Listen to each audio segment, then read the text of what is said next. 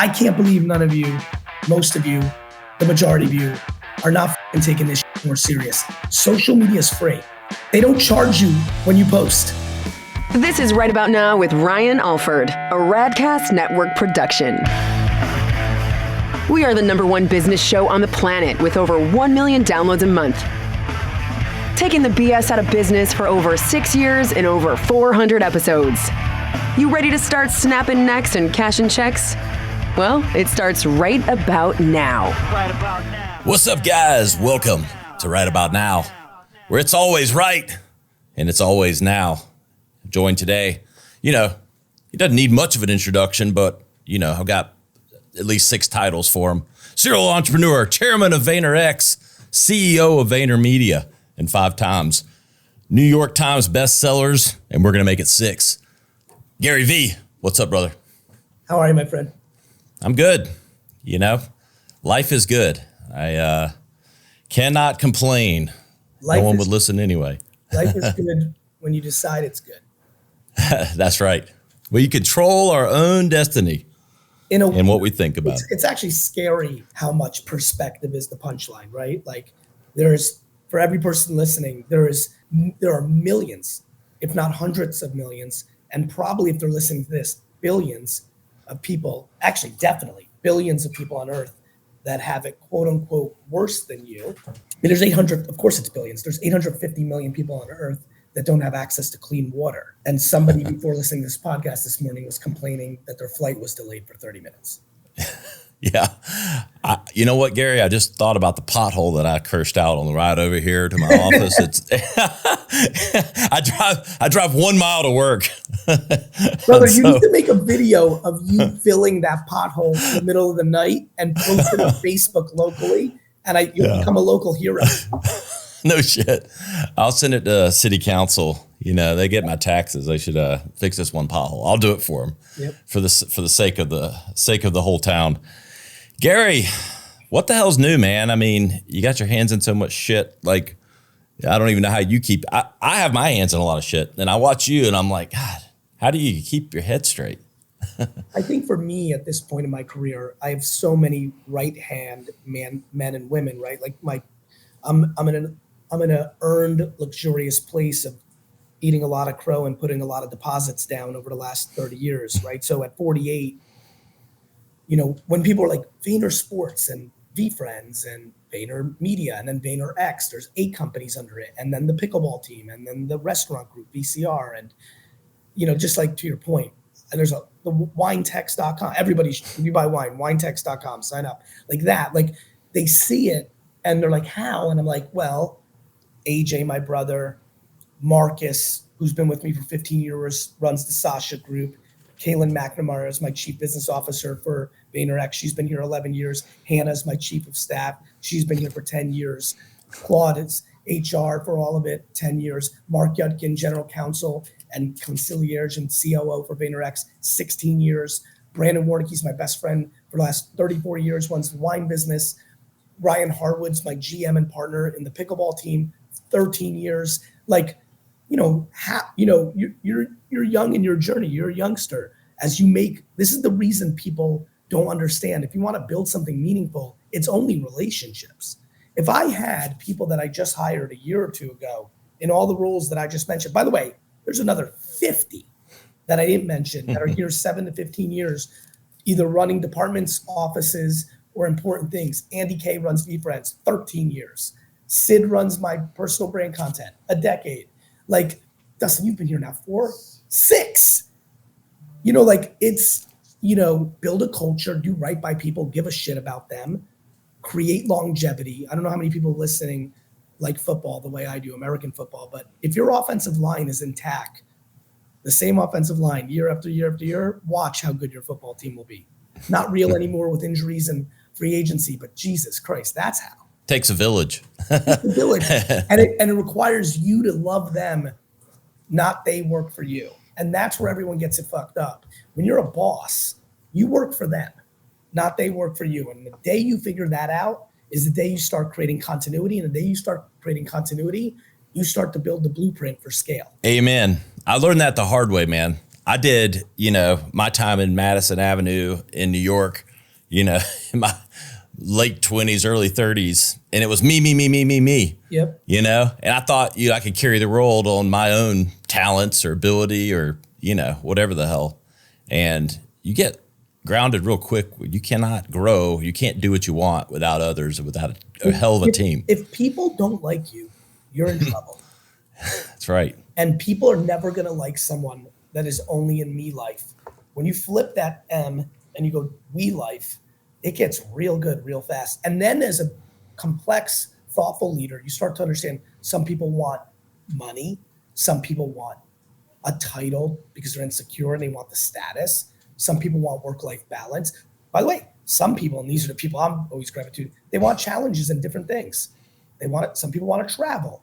So, I don't know.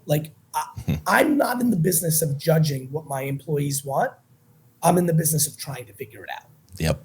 And it sounds like you're doing a pretty fucking good job of it. You got a lot of longevity there. I saw Claude's post yesterday. I think it was like 10 years. And I was like, your chief people officer hanging around for 10 years, that says a lot. In a real way. And it's the thing I'm most proud of. It's also the thing I'm most disappointed about in my career. I would have more people to name for you right now if I had the ability to be candorous to my employees in my 20s and 30s.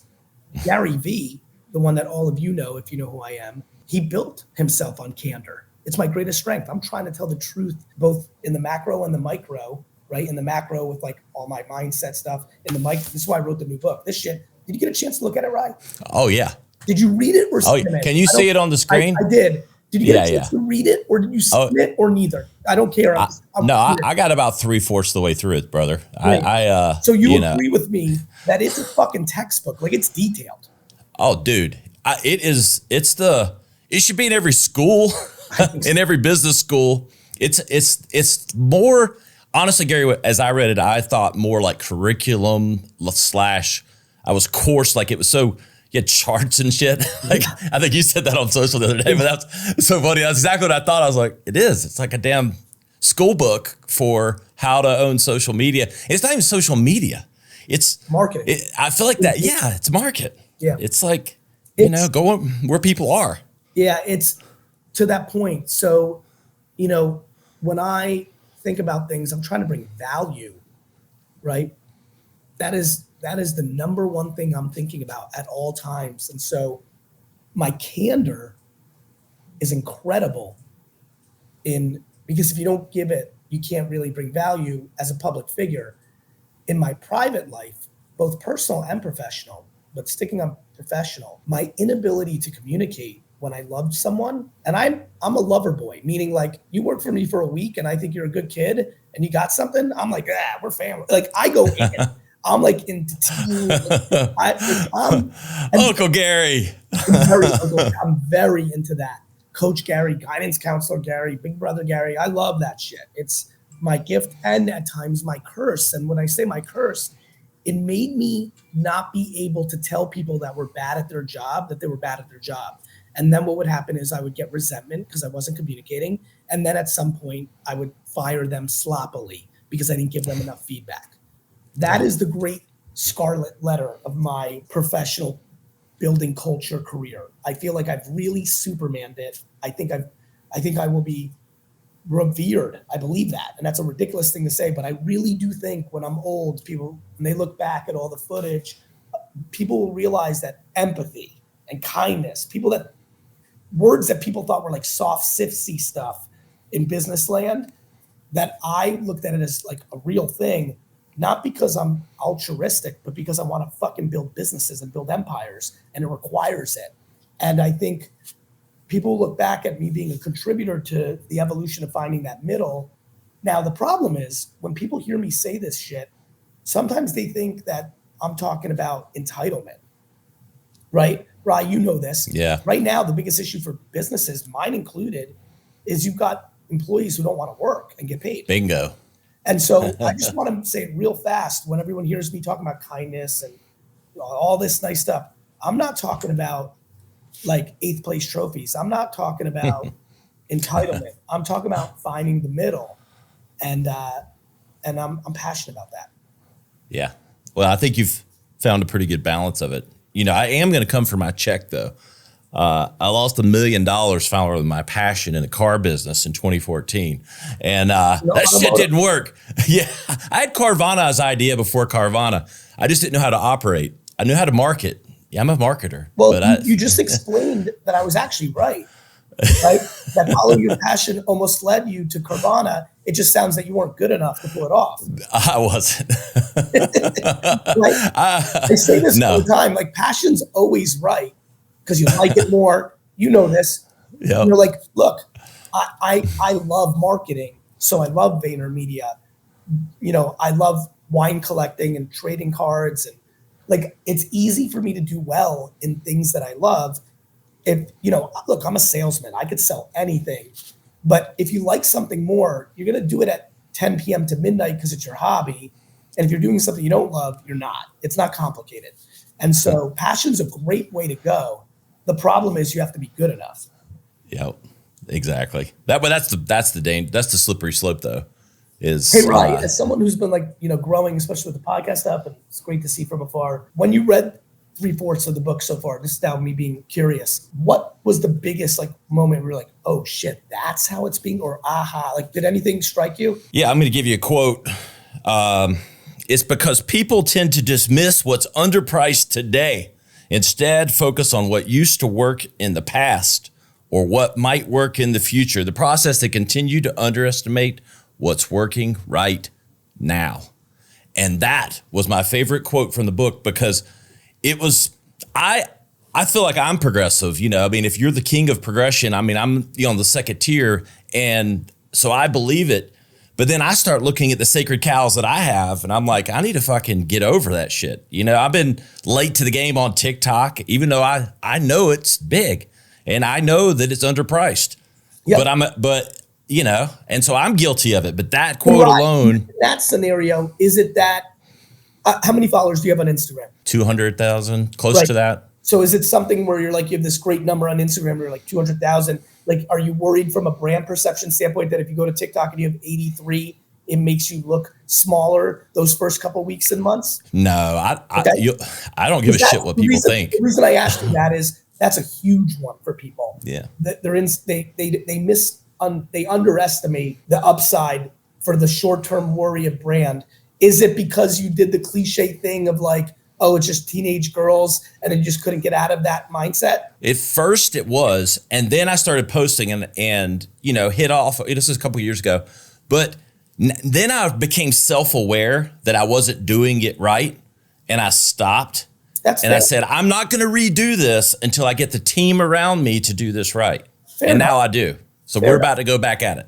Fair enough. I think that's a much better answer than most. Yeah, but the reality is, and why I circled that quote and why it stuck with me when I was reading, is because I think that's what most brands and people are stuck in, though, is these sacred cows, or the future. I talked to somebody the other day that fits this perfectly. Stuck on SEO, right? And infatuated with AI and no conversation of social. Yeah. Right? Like tried and true. I'm like, tried and true for, yes, SEO works, but it doesn't work the same way it worked in 2004. No. AI, yes, but like you don't even know what you're talking about yet, and your industry's not even affected by it yet. And like, meanwhile, all your action is on posting on LinkedIn properly, and you haven't even posted on there once. Romantic about yesterday, infatuated with tomorrow, sucking at today. That is the state of the union of 99%. Yeah. And they get exactly the point you made. TikTok can't generate leads like this. Instagram doesn't do LinkedIn like that. And they get it's all excuses. Like, let's be honest. It's not only all excuses, I'm sorry to jump in, but also what a lot of people don't understand is, and you just broke it down. This is why I'm jumping in. I want everyone to hear this. You just talked about someone who's a salesman, not a marketer. Yeah. What most people don't know about themselves that are listening right now is they're salespeople, not branding and marketing. If you when I was coming up the game, everyone's like, oh, Gary doesn't get it. He doesn't know how to do, he's not doing funnels. He's not doing they didn't get it. I was playing chess. They were playing checkers. Like they were looking for short-term arbitrage. I was playing long-term brand.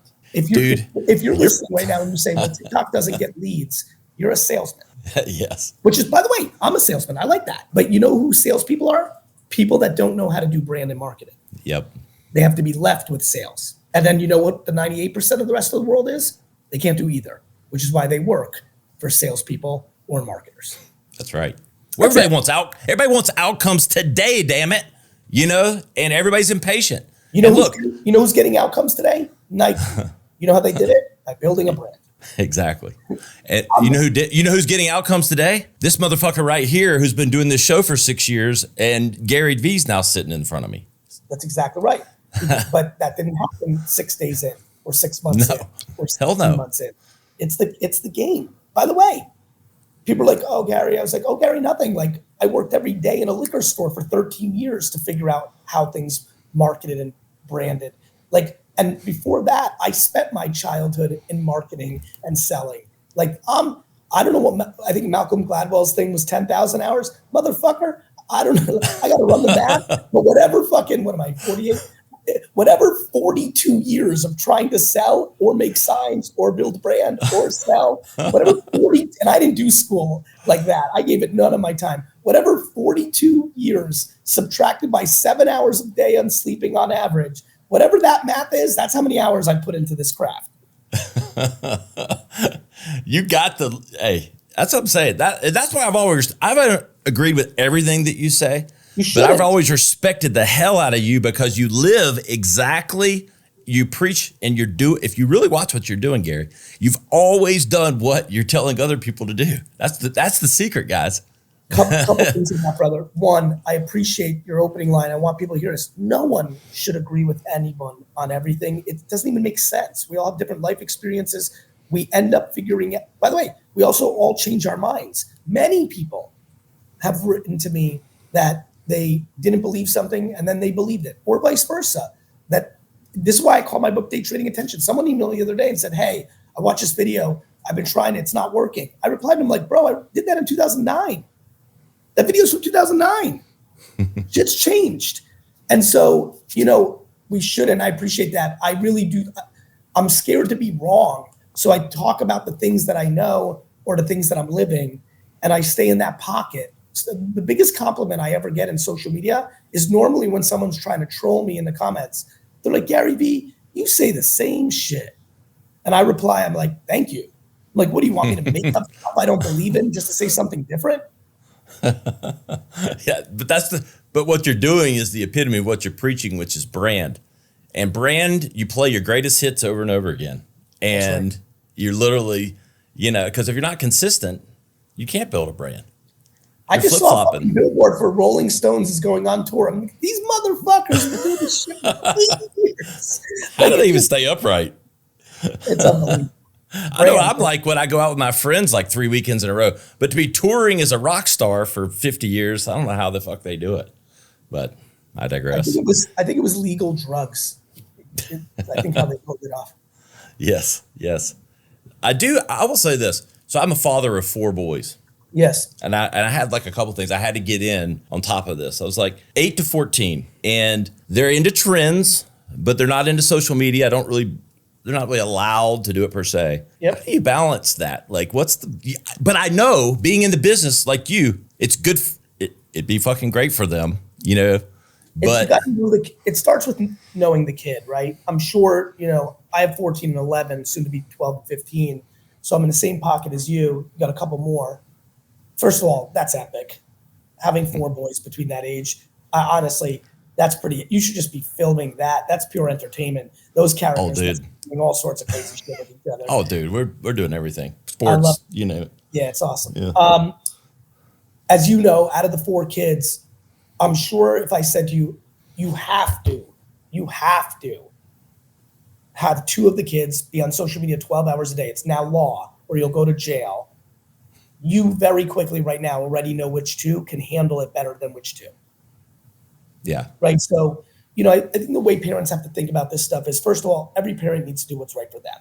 That being said, I do think we need to be a little bit more thoughtful than just demonizing it. What is social media today is amateur hour to what they're going to be dealing with in their 20s and 30s. The cell phone and social media today, when they're our age, is going to look like the beeper and the CD-ROM. It's mundane. When everyone's like, oh, you got to get them out of the phone. Like, I got them out of the phone. They got to see the real world. I'm like, motherfucker, when they're 40, they're going to live in VR 24 hours a day. There's no real world.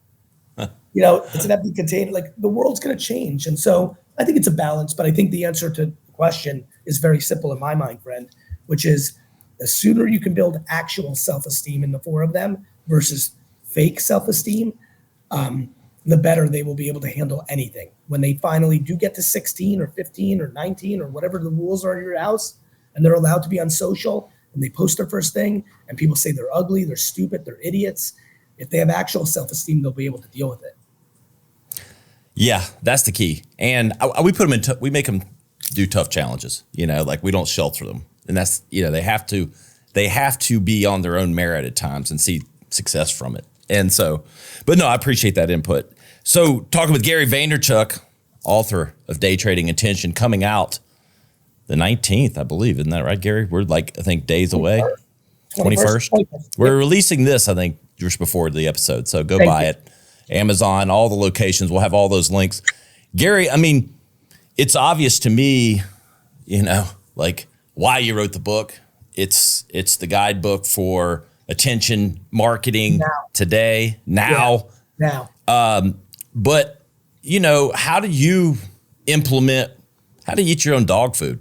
Like, what's your process for staying? I mean, you got the team, I'm sure, but staying ahead of that attention curve. It's three things. It's team on team and me, meaning there's me and I live this. This is what I do for a living.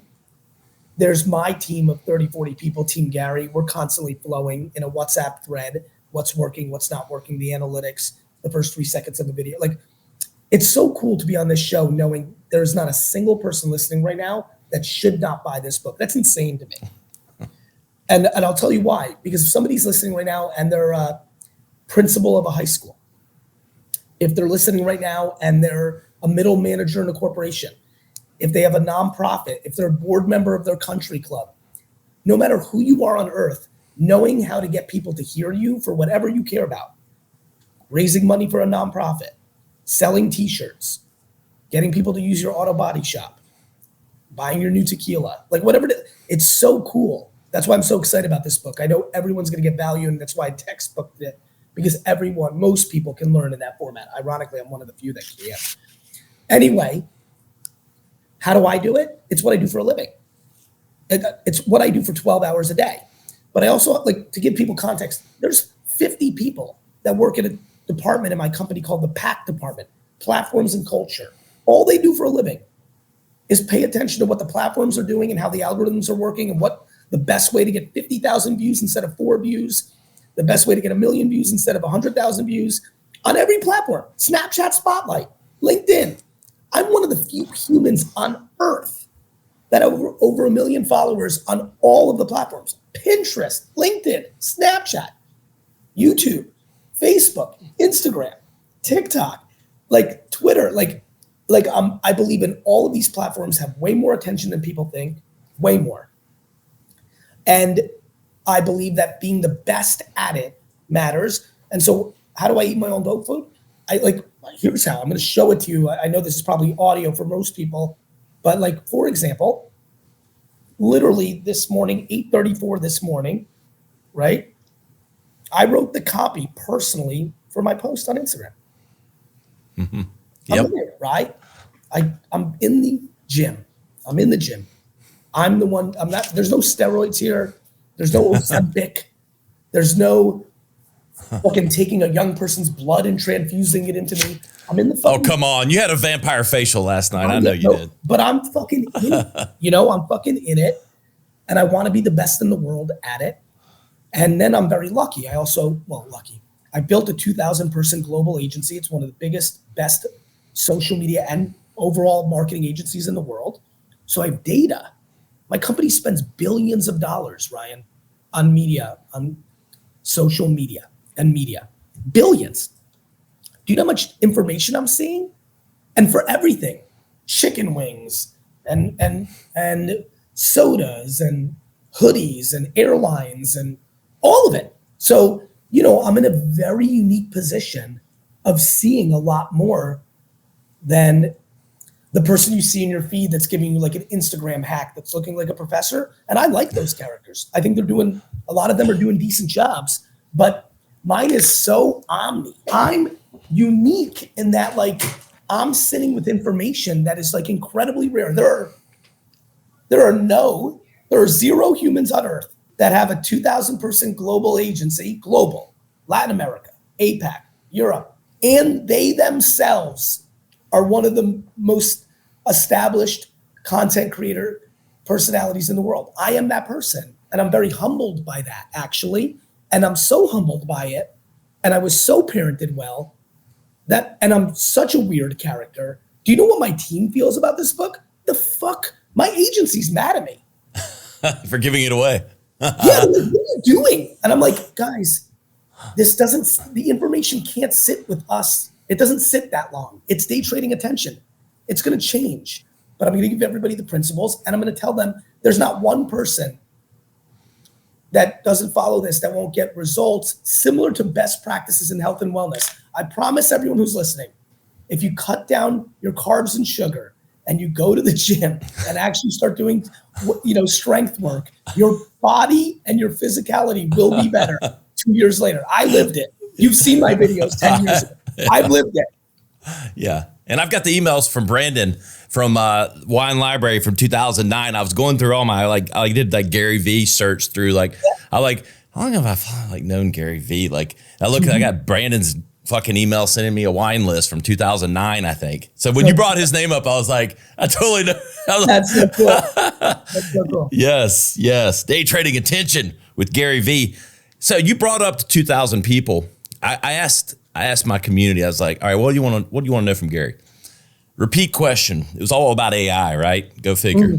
Yep. So what industries, including your own, because you got to think about it, you employ 2,000 people and marketing and advertising will be impacted, has been impacted. So what are the industries that, are going to be most impacted and how do you reflect on it as it relates to like your company? Advertising. Yeah. Marketing. Yeah. Like we're right at the forefront of this. We're the bookstores, we're the taxi cabs. Like if you're an Adobe designer, if you for a living design images on Adobe for an agency, you better wake the fuck up. Like you've got a few minutes here because we've got to figure out copyright and trademark law. The big companies that use agencies are going to tread lightly, but this shit is coming, brother. It's really coming. So I think a lot about it. This is why we spend so much time on strategy and thinking and not just being someone who makes something. I tell my team all the time, we get paid for our brains, then what we make. But I mean, to answer your question, everything. Think about the last 20 years, everyone who's so proud that they told their kids to become coders and developers and they've gone on to make good money.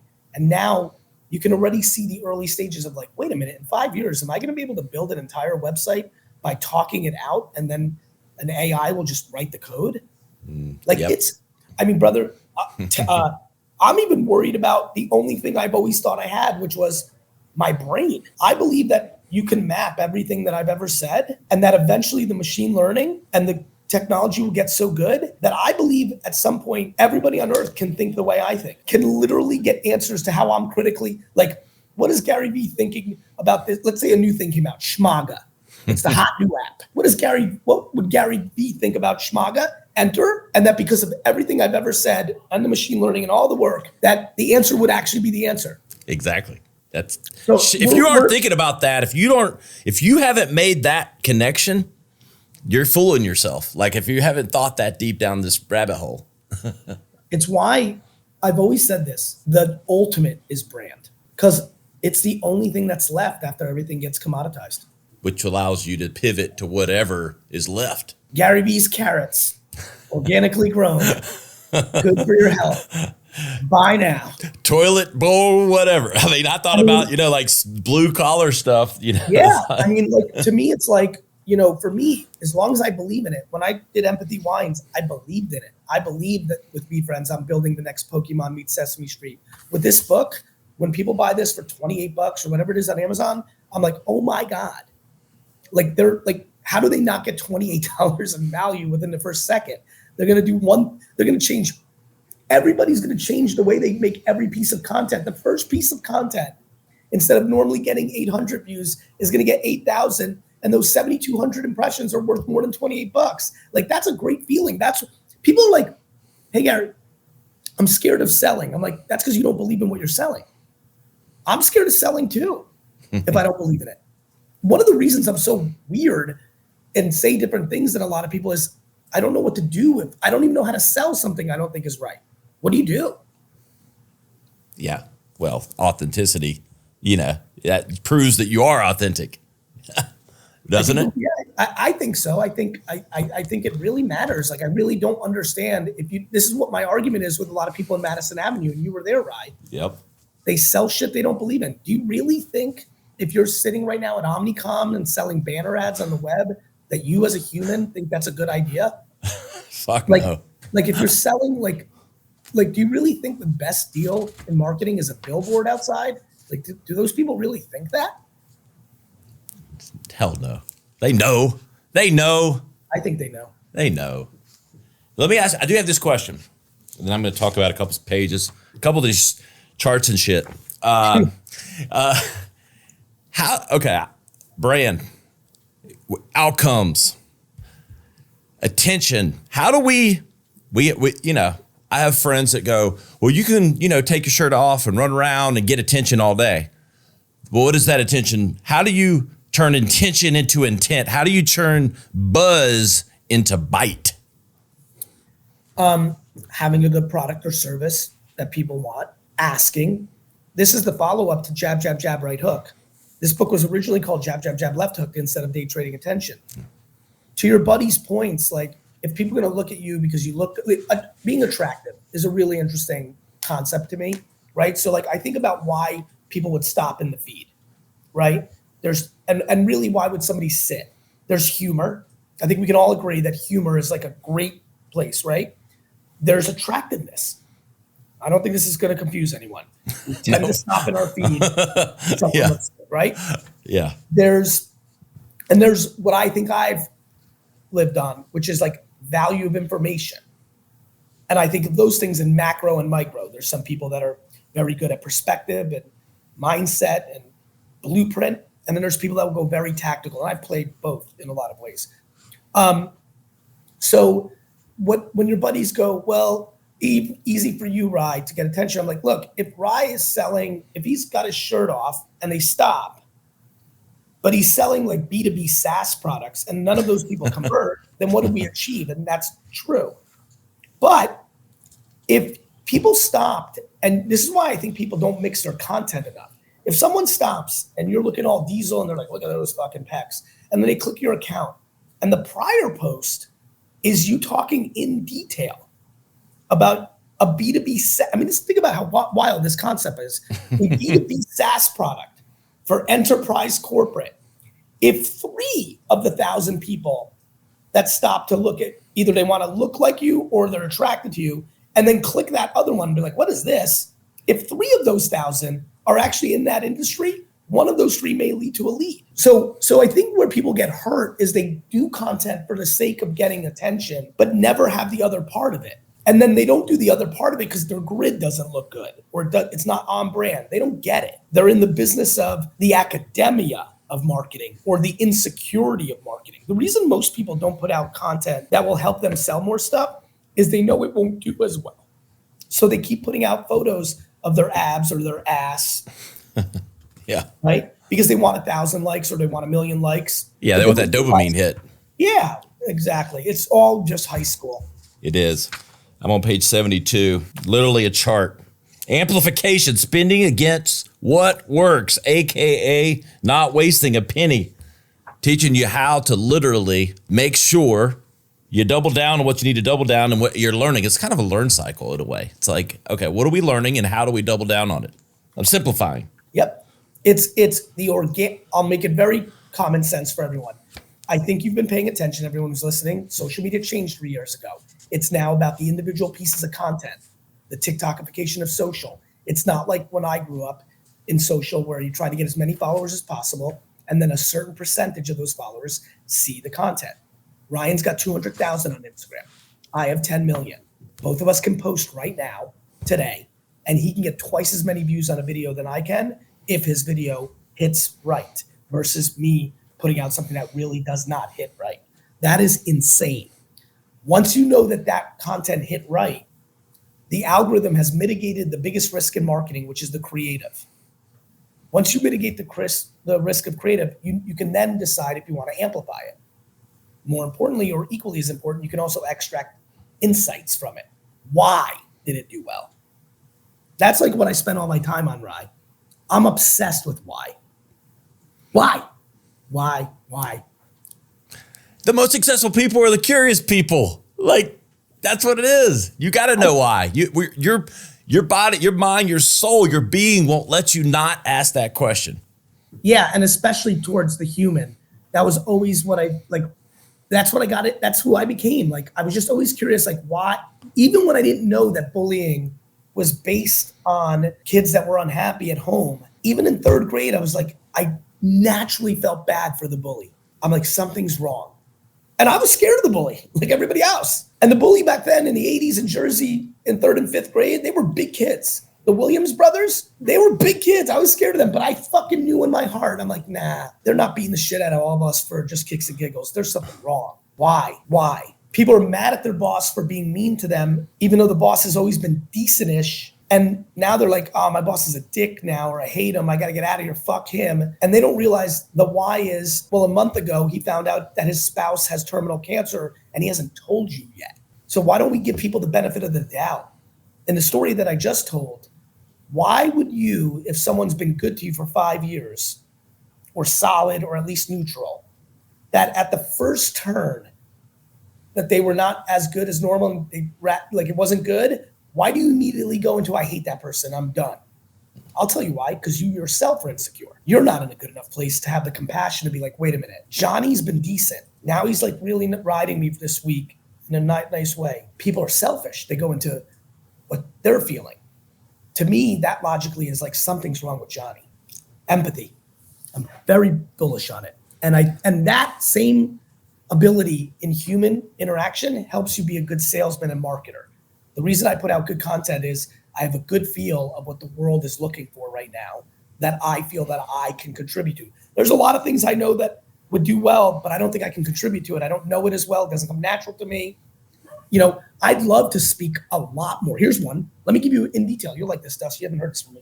I would love to talk a lot more about grieving. I think it's a big subject matter. Yeah. I just have been fortunate and unfortunate that I can't speak to it. Here's why. Fortunate because I'm 48 years old and my mom's mom, my grandma, who I really knew, my great uncle Misha, who's a father figure to me, that's where I'm at.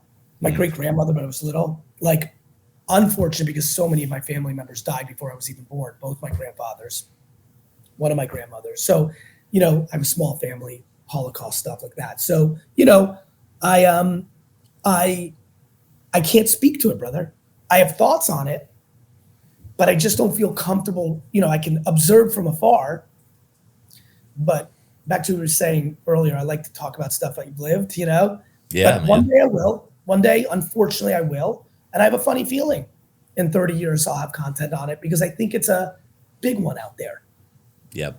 It is. I mean, social media has made us more connected than ever, but yet disconnected from some real discussions. Well, that's because we're incredibly emotionally vulnerable as a society. The last 35 years of parenting specifically has been incredibly bad at getting people to be comfortable with discomfort. I mean, eighth place, bro, I hope your 8 to 14 year olds don't have eighth place stroke. I hope you melt. Fuck no.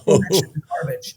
Dude, you're singing from the playbook, man. As soon as I came home with the medallion, that thing went in the like bottom of the trash can. Like, didn't do it in front of them, but like that's not hanging out. You know, there's a really positive way to throw it in the trash can. Like, it doesn't have to be like cliche, like, oh, alpha dickhead dad. No. Really talk about it. Yeah. Talk about the reason their kids are more grown up than people think. You sit down an 11-year-old and be like, listen, it's not that I don't want you to have this bullshit 6th place trophy or medal. It's that you have to understand losing is good. You guys came in 6th. You guys lost. That's good. You shouldn't be rewarded for that. Exactly. In the game of a basketball tournament. Like, there's a positive way to talk about it. Anyway, I think we have a lot. The reason we're lonely is we're scared. Yeah, we're we scared are. of opinions. We're scared of losing in front of others, keeping up with the Joneses, blue check marks, followers, money, status. How attractive is your boyfriend, girlfriend, wife, husband? How much money do they make? All these vain fucking bullshit shit.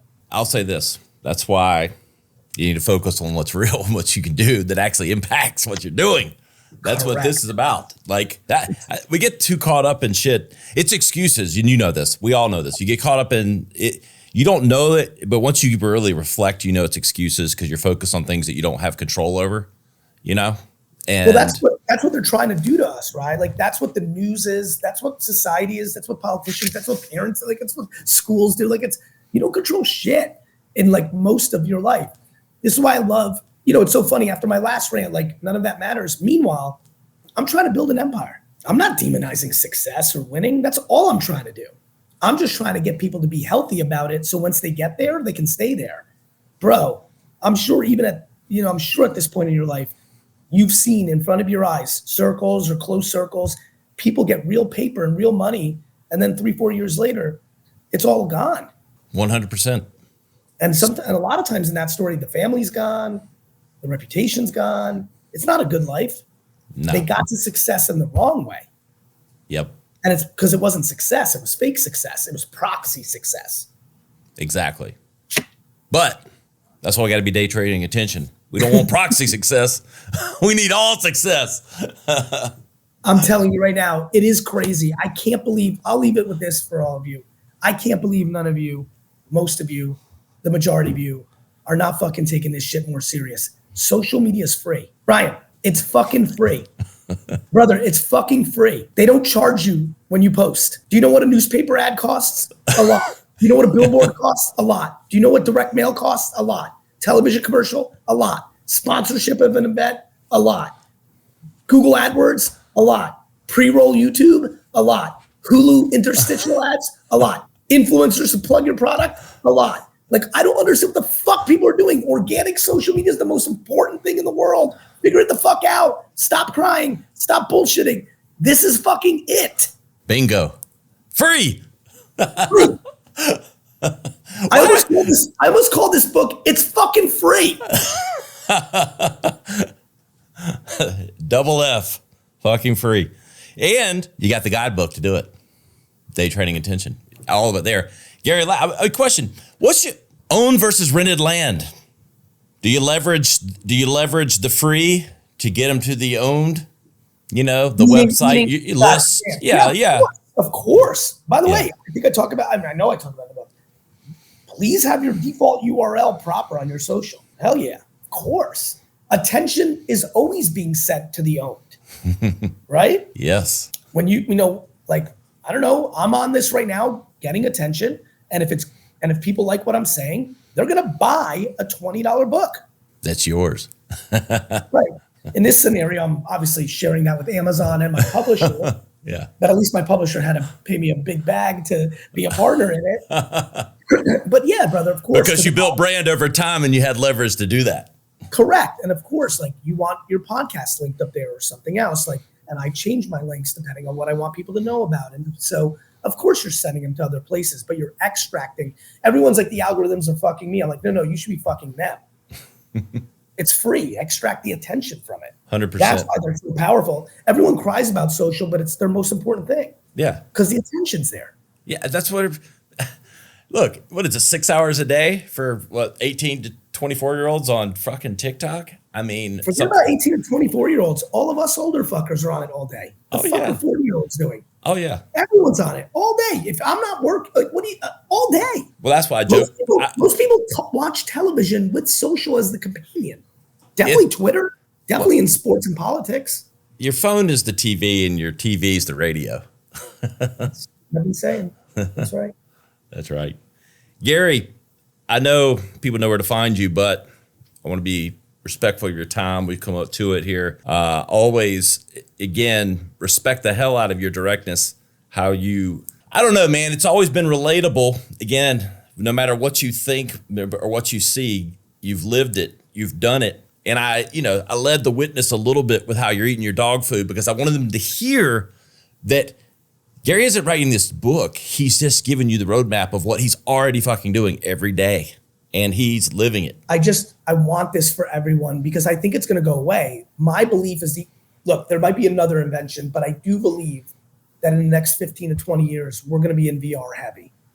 And when we're in VR heavy, social's dead. And I don't know if Apple and Facebook or Amazon or Google or whoever wins VR, if they're not in the mood to give you free awareness, then guess what? People are going to be talking about how there was this golden era of free awareness and we all fucked up and didn't go hard enough.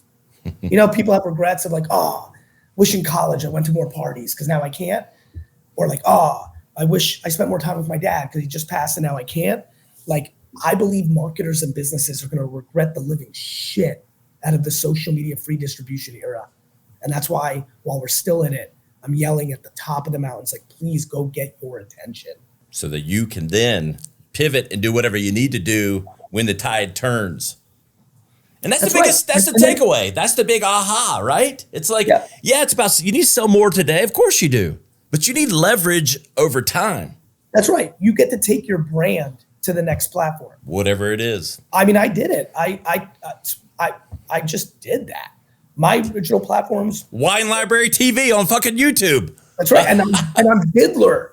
On Diddler and on Ustream for live. And Meerkat, I got attention in. And Vine, I got attention in. And Social Cam, I got attention in. And Photo Booth, I got attention in. And MySpace, I got attention in. And, it just ebbs and flows. Let's grab dinner in New York sometime. Looking forward to it. Thank you, brother. Thanks for having me.